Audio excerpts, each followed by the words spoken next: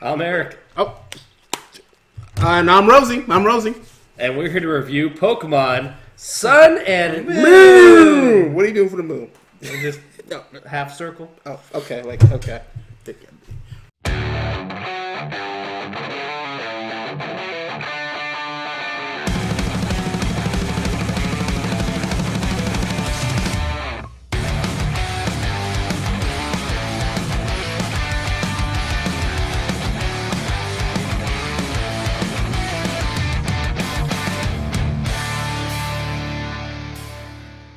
So, in this wonderful game of Pokemon, we are visiting Hawaii. Aloha.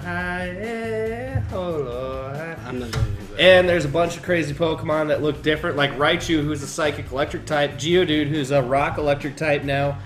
What the hell? There's a lot of Pokemon great mechanics and variants. Great mechanics that they've improved on in the Pokemon game, and this is probably the first time that they've really improved on their mechanics that they have in their games, rather than just creating new ones and just letting the other ones go by the wayside. Some of the improvements is the HMs. Yep. There's no more HM. You don't have to have someone dedicated to doing all your HM abilities. You actually get Pokemon called Pokemon Calls, and you just have them do the Pokemon ability. So now you can ride a Taurus for dashing around. And Rock Smashing. And Rock Smashing too, yeah. So it's pretty much the Boulder Smash, Charizard does the fly, Lapras is your Surf, and so on and so forth. You'll see in the game. One of the biggest things to me, though, is that now in this game, the Mega Evolutions take a step back. They're there, but it's way, way later in the game, and now you have the power moves, which are like a super powered up version of any type of Pokemon, or any type of move, depending on... So a fighting style move, a fire, a water, etc., all that stuff. And you get crystals once you've completed the big kahunas of the island and complete their trials, which replaces gyms. They are no longer gym leaders. They're the big kahunas of the island that you need to complete their trials, which are objective-based more so than just fighting Pokemon. So that was a really cool experience where this feels like the most fleshed out RPG version of Pokemon that's out there right now. That's true. They did a lot of new things with this, but I feel like all of it's been, like you said, in the right direction. Yeah, the interactions that you have with your Pokemon, so you can pet them and feed them and do all that kind of stuff. It actually will impact how well they fight for you.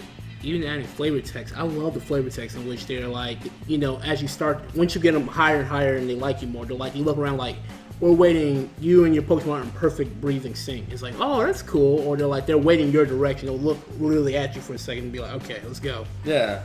It's a really fun, cool idea. I think even the Pokemon that they've added in this generation are actually interesting. There's Rockruff, who I thought was a really cool Pokemon. The starters, I'm not too into them. Yeah, neither am I. Who'd you pick? I picked Rowlet. The owl? The owl. I did Pokemon. too as well. Not the best choice. No, he's not the greatest one to pick, but a lot better than Piplup, the water Pokemon, the seal.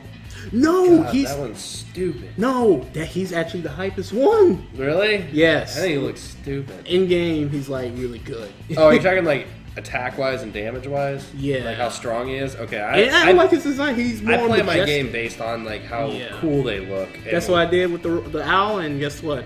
Now he's like literally kind of my useless one in my group. Yeah. Now they offer you a lot of the end game stuff pretty early in this one. So the ability to start breeding and stuff you get on like the third island or something like that, which I got completely sidetracked with and started having a lot of fun doing that and trading Pokemon with the not Wonder Trade. Yeah, you're right. No, I was using the other one, GTS. The GTS, where you could post what you wanted and what you're willing to trade for it. So did you do the Pokemon Moon Sun variants? Like the Pokemon you can get in other ones? I'm working on some of them. Like I'm trying to get Raichu right now. But to get Pichu to evolve to Pikachu, you have to make him love you. and then just a random level he evolves into Pikachu, and then at which point you can use a stone and make him go Raichu, and that's the way you get that one.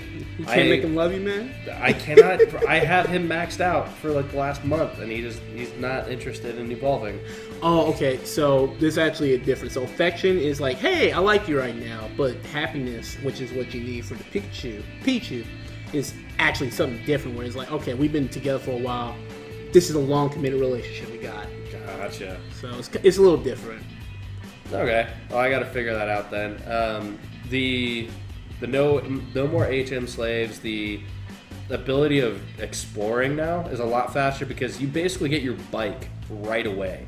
You get the Toro, so you can just zoom through everything really fast, and then you get your bike not too long after that, so you can go when you're in caves. You can get around quickly.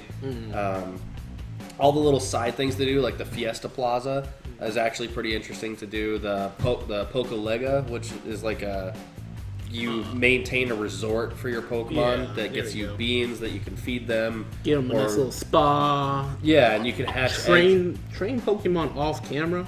Yeah, you can train them. You can hatch eggs there. You can get evolution stones and all that stuff from this thing. There's a lot of side things to do in this game that benefit you. And like I said, the missions and the story and everything in this game, it offers you a more of an RPG experience of a storytelling than I have experienced in any of the other Pokemon games. There's a lot more evolution that you've seen, because like I said before, a lot of the mechanics of this game have not changed since the beginning. Yeah. But like the super effective moves and the not effective moves and all that kind of stuff. When you first encounter a Pokemon, you have no idea what ability will be super effective against them. Once your Pokedex has scanned and read them, and you've completed the fight with them, the next time you encounter that Pokemon... love that. I'll actually love that feature. It'll show you which ability is super effective, because your Pokedex is basically telling you, because you've encountered them before. It makes it a lot easier with all the different variants that are in the game now, with having, Rowlet is flying grass. Yeah. But lightning is not always super effective against him. No, it's normal. Because the flying is what super effective is, and grass is not effective, so it makes it a normal type. Normal damage to it. Yeah, it counteracts it.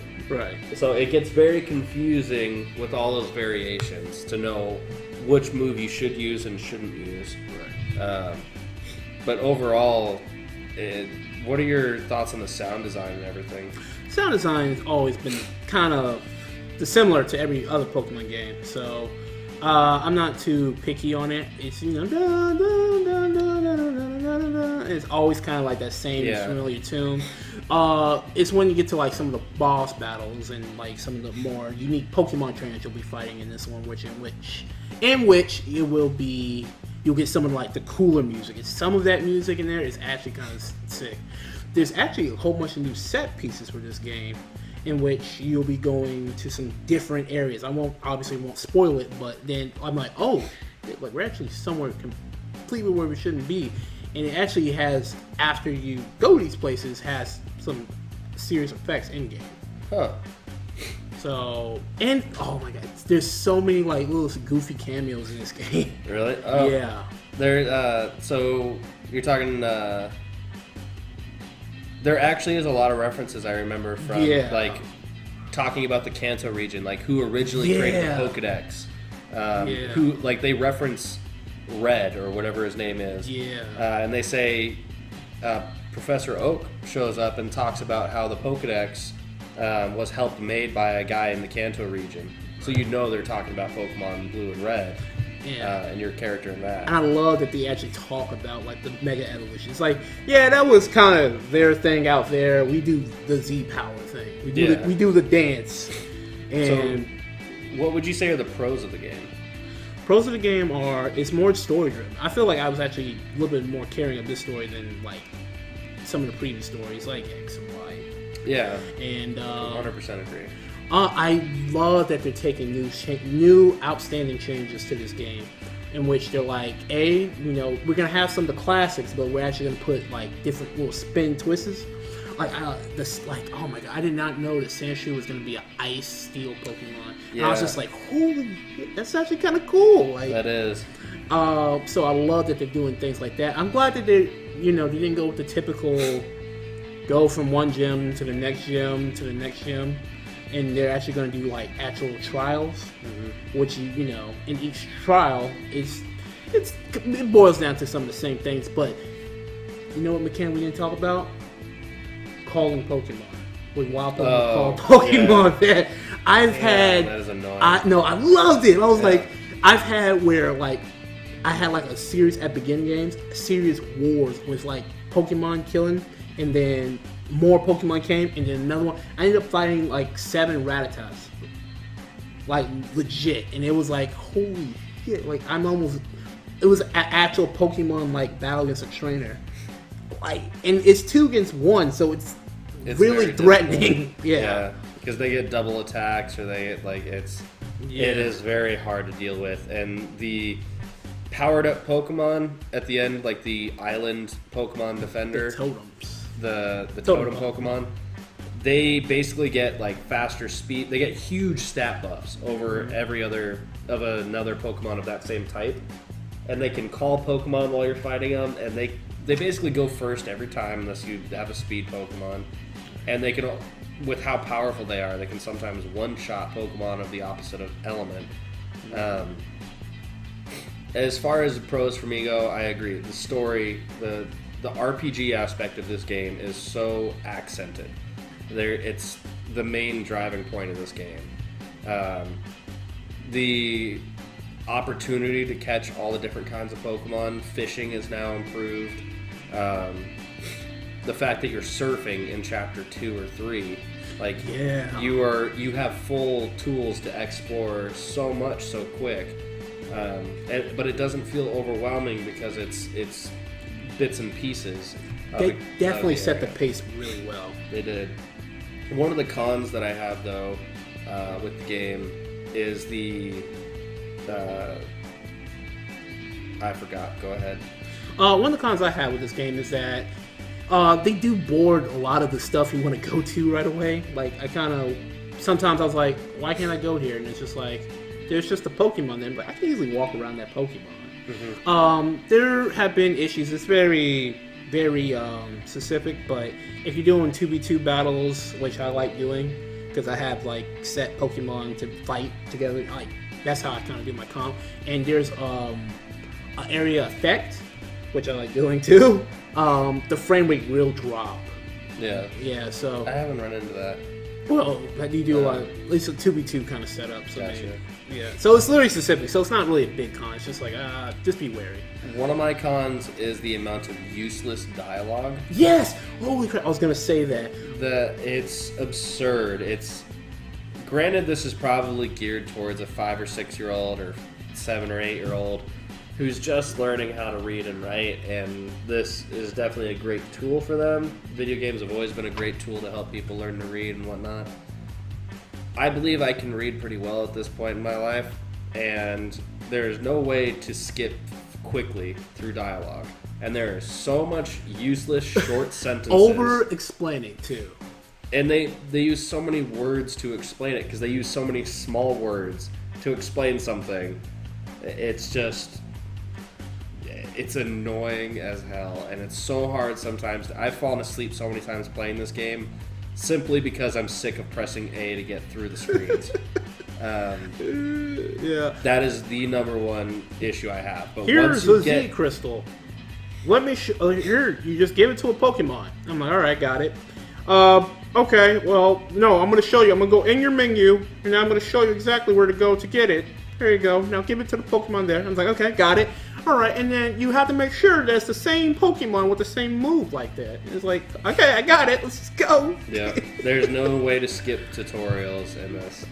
There's no way to skip dialogue. There's no way to skip cutscenes.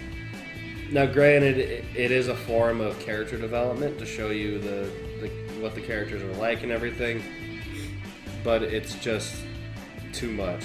It's just way too much of each character's having nothing to say but so much to say. Yeah. So that being my biggest issue with the game, I think one of my biggest pros is the collection of Pokemon that you can get in this game, and how you evolve a lot of the Pokemon. Like I evolved in a Leafeon. Oh, really? Purely by chance. I was in the grass trial in the forest, and I was just running around, and all of a sudden it was like evolving, and I was like, oh, okay, what's you gonna evolve to? Leafeon. And I was like, fuck yeah! Never seen that one before. Let's get it going. So it's been really exciting for me to evolve them and play like that. But what would you recommend this game at? Me, personally, full price, $40. Easily. I would say $40 if you're not too interested in Pokemon. If you'd rather be playing Pokemon Go sitting in a Starbucks, then I would say $30. But if you are all into Pokemon, easy $40. Yeah. I'm Eric. I'm Rosie. This has been the Itch Network. Bye!